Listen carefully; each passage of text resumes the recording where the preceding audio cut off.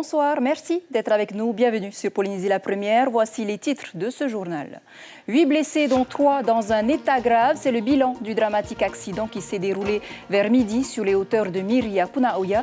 L'accident a nécessité l'intervention d'une trentaine de pompiers.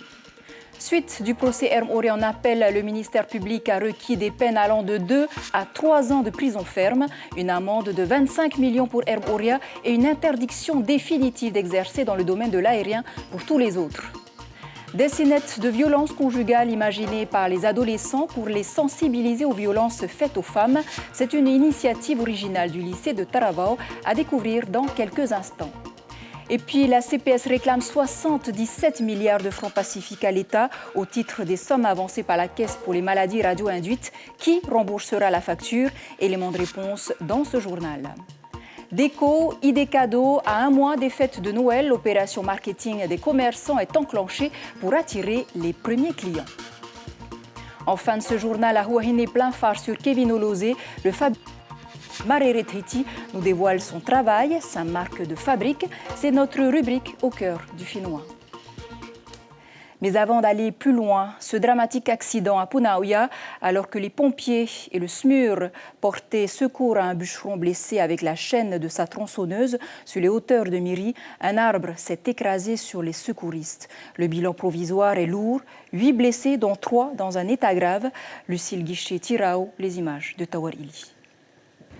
C'est dans une zone encore difficile d'accès sur les hauteurs du lotissement Miri à Punaoya que l'accident s'est produit. Sur le dernier plateau en cours de terrassement, un bûcheron se serait blessé en glissant. La chaîne de secours dépêchée sur place est alors victime d'un suraccident lorsque cet arbre s'effondre. Je l'ai regardé venir et on était tous coincés. Tu esquives, tu es là, ça va être les réflexes, quoi. Ça a créé un suraccident en fait et 8 personnes ont été blessées. Voilà. Donc 5 sont blessés légers et 3 sont dans un état grave à ce stade et ont été transportés au Taoné pour intervention immédiate. Parmi les blessés les plus graves, un médecin du SAMU, un gendarme et un pompier de Punaoya. À ce stade, leur pronostic vital n'est pas engagé, mais les blessures sont sévères. Sur place, leurs collègues sont sous le choc. Une trentaine de pompiers a été déployée en renfort pour les évacuer rapidement. Il y a eu un nid à l'intérieur, mais les arbres, on est parti dans la nature, là. On est en train de défricher, on part dans la montagne, dans un milieu hostile. On est chez nous, on va vers la montagne et donc on n'est pas à l'abri de ces accidents. L'arbre effondré abritait un nid d'abeilles. Elles ont attaqué les blessés après la chute. Voilà, suite du crash d'Erm Oria devant la cour d'appel de Papeete, la rupture du câble de gouverne est la cause certaine de cette catastrophe rendue possible par les fautes caractérisées des prévenus. Ce sont les mots de l'avocate générale en ce 9e jour de procès. Un réquisitoire plus lourd que les peines prononcées en première instance, 2 à 3 ans de prison ferme et une amende dont le montant n'a pas été précisé, requise à l'encontre de Freddy Chanceau, Jacques Gobin, Stéphane Loisel, Andrea Manon Gissois et Guy Young. 18 mois à 2 ans de prison avec possibilité de sursis à l'encontre de Jean-Pierre Tinomano et Didier Kemeneur, 25 millions de francs d'amende à l'encontre d'Erm Oria et surtout une interdiction définitive d'exercer dans le domaine de l'aérien pour tous. Écoutez Étienne Rosenthal et Nicolas Fourreau au micro de Lucille Guichet et Jérôme Lee. Je trouve que son exposé était extrêmement clair, a détaillé toutes les fautes graves dans la maintenance depuis des années, dans le fonctionnement dans l'entreprise et surtout dans ce que ça a eu comme conséquence. Juridiquement, je trouve que l'avocat général a extrêmement bien répondu aux arguments qui seront présentés par la défense et met un terme, je dirais, à cette exploitation du doute que l'on connaît maintenant depuis un peu plus de 10 jours et qui n'a d'ailleurs pas de sens puisque on est à l'évidence dans le cadre d'une responsabilité certaine, pénalement certaine, mais reposant sur une causalité indirecte par une accumulation de fautes simples de la part de chacun, avec au sommet de la pyramide de l'échec, comme elle l'a d'ailleurs très bien nommé, eh bien, les fautes qui sont commises par les administratifs à la tête du CEAC, de la direction de l'aviation civile et du GESAC, et puis au sein de la compagnie avec des responsables qui ont totalement failli à leurs obligations. Justice toujours avec, souvenez-vous, le 14 octobre dernier, 7 personnes âgées de 22 à 63 ans avaient été interpellées pour avoir écoulé de l'ice, du LSD et du crack à Tahiti. À la tête du trafic, John Nivière et son père, tous deux récidivistes. 11 900 000 et des armes à feu ont été découvertes chez le père, justement. Le procureur a requis 6 ans pour la tête du réseau, 5 ans pour son père Guy Nivière, 3 ans pour l'homme à tout faire et la compagne Fétia. Voilà, c'est ainsi que se referme cette page judiciaire. Et en ce lundi 25 novembre, journée internationale contre les violences faites aux femmes, ce chiffre qui fait froid dans le dos. 3 femmes sont chaque jour violentées par leurs conjoints en Polynésie française. Le Premier ministre Édouard Philippe a annoncé un train de mesures dans ce sens. En Polynésie, le lycée de Taravao a pris l'initiative de faire jouer des scènes de violence aux élèves et d'en débattre. Caroline Fary, Marcel Bono. Vous êtes des messagers. Avec vos scénettes, vous pouvez porter un message en même temps. Un message d'espoir pour toutes les jeunes femmes victimes de leurs conjoints, car même ici au lycée de Taravao, certains couples se déchirent. Donc nous avons été amenés à gérer des problèmes de violence faites aux conjointes de la part de garçons. Et donc c'est une problématique récurrente que l'on rencontre d'année en année. Et je pense que c'était le bon moment cette année pour sensibiliser la communauté scolaire à cette problématique et à la prise en charge aussi de cette difficulté. Le mari est rentré il est bourré, la femme elle a préparé le repas, elle est fatiguée, elle en a ras-le-bol, donc il va y avoir une dispute. Comment ça va se passer? Ok, vous improvisez. Aujourd'hui, les acteurs sont exclusivement masculins et ils improvisent pour la bonne cause. Certains ont choisi de reproduire des scènes déjà vécues.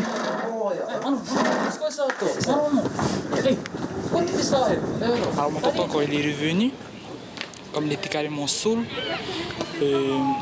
il l'a frappé. Et moi, au moment où mon tonton l'a frappé, ma réaction c'est que je me suis énervé et je lui ai donné un coup. Un coup sur le nez où il a eu le nez cassé et un coup sur la mâchoire où il a eu la mâchoire fracturée. C'est ça le problème, j'aurais dû pas m'énerver, j'aurais juste dû calmer les choses et appeler le 17. Garder son calme, ne pas intervenir et appeler les secours, c'est la consigne à suivre. Pour ces jeunes, l'expérience d'aujourd'hui s'avère positive. Qu'est-ce qu'on peut en tirer comme leçon là-dessus? Faut pas faire mal aux femmes. D'accord. C'était intéressant parce que ils montraient bien la façon dont il pouvait y avoir la violence dans un couple. C'est bien pour la génération future. On sent bien quand même que le fait de faire des interventions régulières dans les établissements scolaires, on sent bien quand même que dans leur tête, la femme elle doit être respectée. C'est ça qui est bien. Ça n'empêche pas qu'ils jouent des scènes de violence, mais ils sont sensibles quand même au sujet de la violence par rapport à la femme.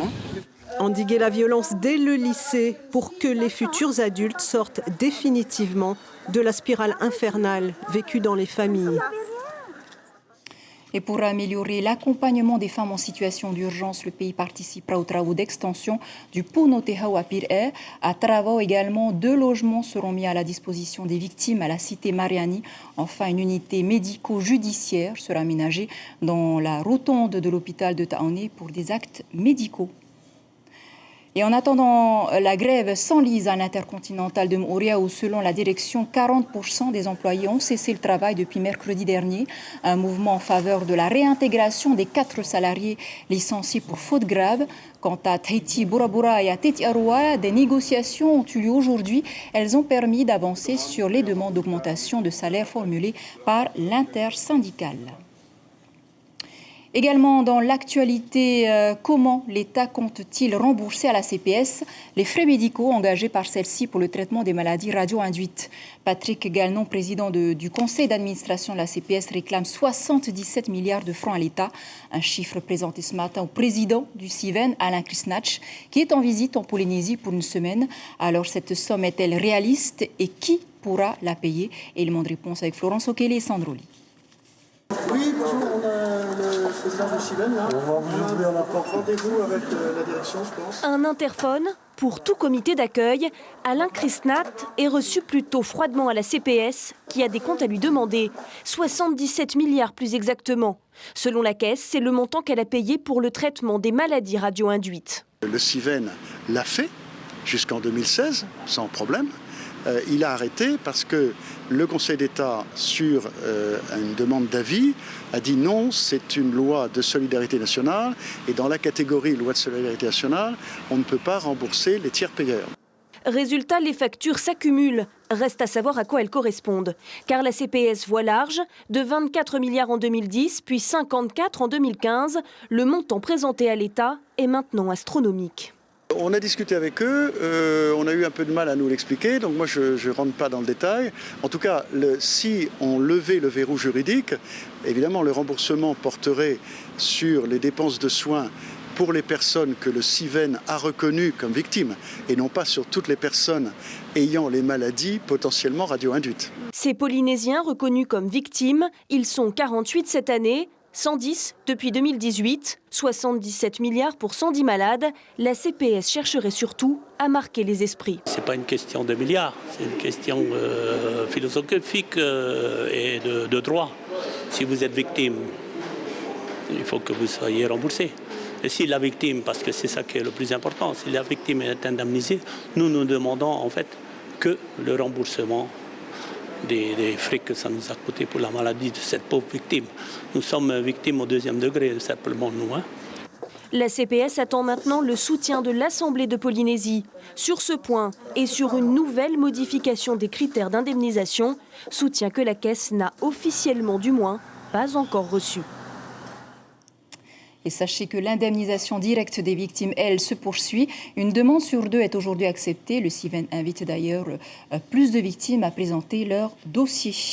Et Patrick Galenon sera l'invité de votre matinale radio demain, l'invité café. Il expliquera les 77 milliards qu'il réclame en tant que président du conseil d'administration de la CPS à l'État. Parlons de choses plus légères maintenant. À un mois jour pour jour du 25 décembre, les achats de Noël, véritable casse-tête pour beaucoup. Quel budget, quel repas ou encore quand faire ces achats à l'avance ou au dernier moment. Bref, les commerçants ne se posent pas de questions. Ils remplissent leurs rayons à ras-bord, comme ont pu le constater Thierry Stinfleur et Christian Lezoux. Le sapin trône en majesté dans ce magasin spécialisé, on pourrait déjà se croire le 24 décembre. Et les rayons débordent de jouets. Première tendance 2019, sans surprise, les licornes, la Reine des Neiges et les super-héros. Dehors, l'association qui propose des emballages cadeaux est à l'œuvre depuis 3 bonnes semaines. Depuis le 12 novembre, on a pas mal de clients qui sont passés déjà, les parents, les enfants, donc ils sont bien qu'il y a l'ambiance de Noël qui arrive. Et il y a beaucoup de comités d'entreprise, effectivement, qui font déjà leurs commandes pour les cadeaux. Dans cette grande surface, les achats de Noël sont déjà nombreux selon les employés interrogés hors micro. Le rayon chocolat était en plein remplissage ce matin. Et côté cadeaux, certains parents ont préféré prendre les devants. Au fait, ils sont vraiment pour le fiston, les doubles robots là ? C'est 2 robots de combat en fait, donc avec la télécommande. Donc voilà, c'est papa qui va pouvoir se batailler avec son fiston. Voilà. Et ça, c'est votre choix ou c'est le choix? Alors non, c'est son choix à lui. On avait le catalogue et donc il m'a fait une petite sélection et donc voilà. Mais c'est Noël en novembre là. Oui, un petit peu, mais bon, je sais que des fois il y a des articles qu'on ne retrouve plus après. Je vis sur Réatea, du coup je fais mes achats avant de rentrer. Voilà, tout simplement. Donc vous êtes de passage ici à Tahiti. Voilà, c'est ça. D'accord. Parce qu'à Réatea, il y a beaucoup moins de choses, beaucoup moins de choix. Oui, et puis il y a une différence un peu de prix. Le budget, c'est évidemment la question essentielle pour beaucoup. Répartir les achats sur 2 mois, novembre et décembre, permet d'amortir le choc. Il s'agit donc de faire plaisir et de se souvenir qu'on a tous été enfants. Donc c'est une période un peu douloureuse pour le portefeuille?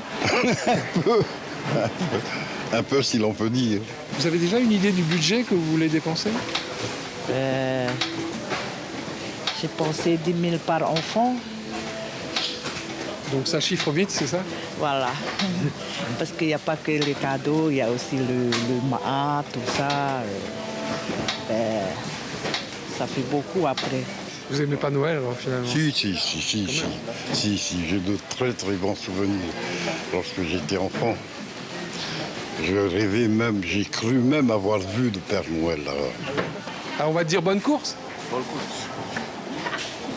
C'est un marathon? Oui, c'est un marathon. La marathon qui ne fait que commencer. En sport, la déception des Tikitois qui ont battu l'Uruguay 6-4 pour leur troisième et dernier match de poule de la Coupe du monde de beach soccer au Paraguay. Mais malheureusement, le mondial s'arrête là pour nos champions puisqu'il leur manquait un but pour se qualifier pour la suite de la compétition.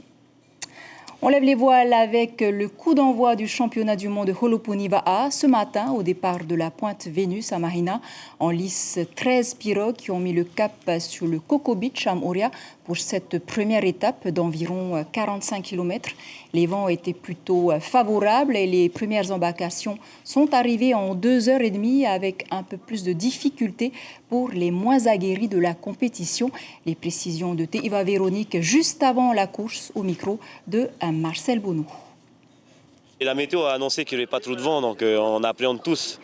Le fait de ramer longtemps est dur, donc voilà, on espère que le vent se lève, mais en attendant, ben voilà, on fait avec, hein, et puis tout le monde c'est pareil, donc on ne va pas se plaindre. Hein. Il y a à peu près 5-6 équipages qui sont quand même assez bons. Hein.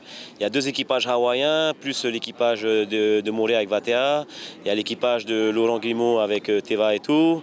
Il y a Patrick Bouligui aussi de Moria avec Bruno, donc il y a du beau monde quand même. Hein. Et puis voilà, nous on va essayer de se battre avec eux, hein, de pas se battre, mais de naviguer avec eux au plus dur, quoi. Hein. Voilà, demain, la deuxième étape se fera à destination de Huahine. Et puis en boxe, la petite star du noble art, Naoya Inoue, champion du monde des fédérations internationales de boxe anglaise, est en vacances en Polynésie. Au programme des 4 jours de détente qu'il s'offre sur le Fénois, des rencontres bien sûr et des prises de contact, notamment avec le gouvernement et la fédération de boxe anglaise de Polynésie française, prévues jeudi. On referme cette page sportive à Rikitea avec le championnat de futsal qui a opposé les joueurs d'Eugène Keck à l'AS Rikitea. Les Bleus de Rikitea n'ont laissé aucune chance à leurs adversaires avec un score sans appel, 6-1. Les vainqueurs ont décroché hier leur billet pour le Festival des îles. On écoute Kevin Gooding au micro de Heifara Schwartz. C'était un match difficile, hein? Voilà, on a gagné, hein? Le score de 6-1. C'était pas facile. Voilà. Je voulais remercier toutes les équipes. Et voilà. Je voulais remercier aussi notre président, Dada, qui est à Tahiti. Dommage, il n'était pas là, mais c'est pas grave. Force fort à lui. Et on le sait, l'activité sportive occasionne des besoins particuliers pour l'organisme. À Ouapou, tout doit être parfait pour le Festival des Marquises. Le comité organisateur a d'ailleurs fait appel au ministère de la Santé pour former les associations chargées de préparer les repas des festivaliers à l'hygiène alimentaire. Former également les professionnels de la restauration du village des artisans qui seront de service durant les festivités. Les précisions de Joseph Taupotini au micro de Lionel Tehamona. L'objectif, c'est vraiment amener une information en hygiène alimentaire, vu que sur l'événement du Matava 2019, ils vont quand même réceptionner près de 1800 personnes. Donc l'objectif, c'est vraiment que les associations qui s'occupent de la préparation des denrées, des plats préparés, soient informées de l'hygiène, des règles d'hygiène en général. Enfin, pour clore ce journal, on vous emmène à Purei, à la rencontre de Kevin. Ces rames se vendent à prix d'or, en bois ou en carbone. Mareret Hétis est aujourd'hui une marque reconnue par les athlètes du Va'a. Immersion dans l'atelier de ce passionné de Va'a avec Caroline Fari et Mirko Vanfou.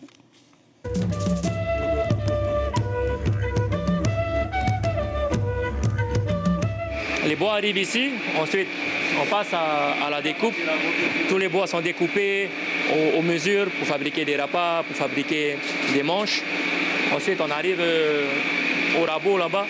Kaori, Salou Salou ou Purao, Kevin choisit ses bois en fonction de leur légèreté, leur robustesse et leur flexibilité. À 35 ans, avec ses 4 employés, cet ancien commercial fan de Va'a s'est reconverti dans la fabrication de rames. Donc, tous les bois qui ont été découpés aux mesures arrivent ici, en différentes lattes de couleurs. Après, Rémi il assemble toutes les lattes pour pouvoir donner les bonnes mesures au rapas et aux manches. Sa petite entreprise produit en moyenne 20 rames en bois par jour et 20 rames en carbone par semaine. Ah, c'est la salle de shape. On va façonner la rame. La rame, elle arrive brute dans la salle et là, il va lui donner la forme finale. Dernière étape, on vernit la rame, manuellement pour le bois, au pistolet pour les matières composites, comme le carbone qui nécessite une technique particulière. L'an dernier, ça fait 5 ans que la société existe. On a bien évolué, on sort de bons modèles maintenant. Après, je peux dire que je maîtrise le carbone, mais j'en apprends tous les jours encore. Un apprentissage que Kevin souhaiterait voir s'étendre. Son ambition, rendre accessible le VAA à tous dès le plus jeune âge. Je veux que la Rome soit accessible dès l'école. C'est pour ça qu'on se penche beaucoup. On travaille beaucoup avec l'UCEP, avec les écoles primaires, les collèges, pour que le VAA commence vraiment en primaire. Pour que, une fois qu'ils seront lancés, le VAA tahitien soit toujours présent. Un bel avenir en perspective pour ce jeune père de famille. Représenté dans plus de 20 pays dans le monde, son entreprise exporte 60% de sa production. Voilà, c'est ainsi que se referme ce journal. Je vous en rappelle l'info principale. 8 blessés, dont 3 dans un état grave. C'est le bilan du dramatique accident qui s'est déroulé vers midi sur les hauteurs de Miri à Punaauia. L'accident a nécessité l'intervention d'une trentaine de pompiers. À la une de vos quotidiens, demain, la dépêche titre sur la vanille de Tahiti. Les prix de l'or noir ne cessent de flamber. Tahiti Info, le VAA taillé à la fête. Voilà pour l'essentiel de l'actualité. Merci de l'avoir suivi. 5h30, l'info radio à suivre Patitifa, consacrée à la protection du corail. On prend le large avec ces belles images de la première étape de la Holopuni VAA. Très belle nuit sur la première. À demain.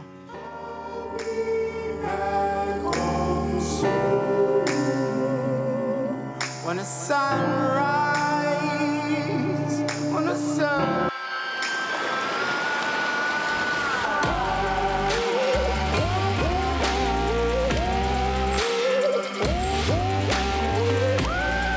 Retrouvez notre journal en replay sur notre site internet.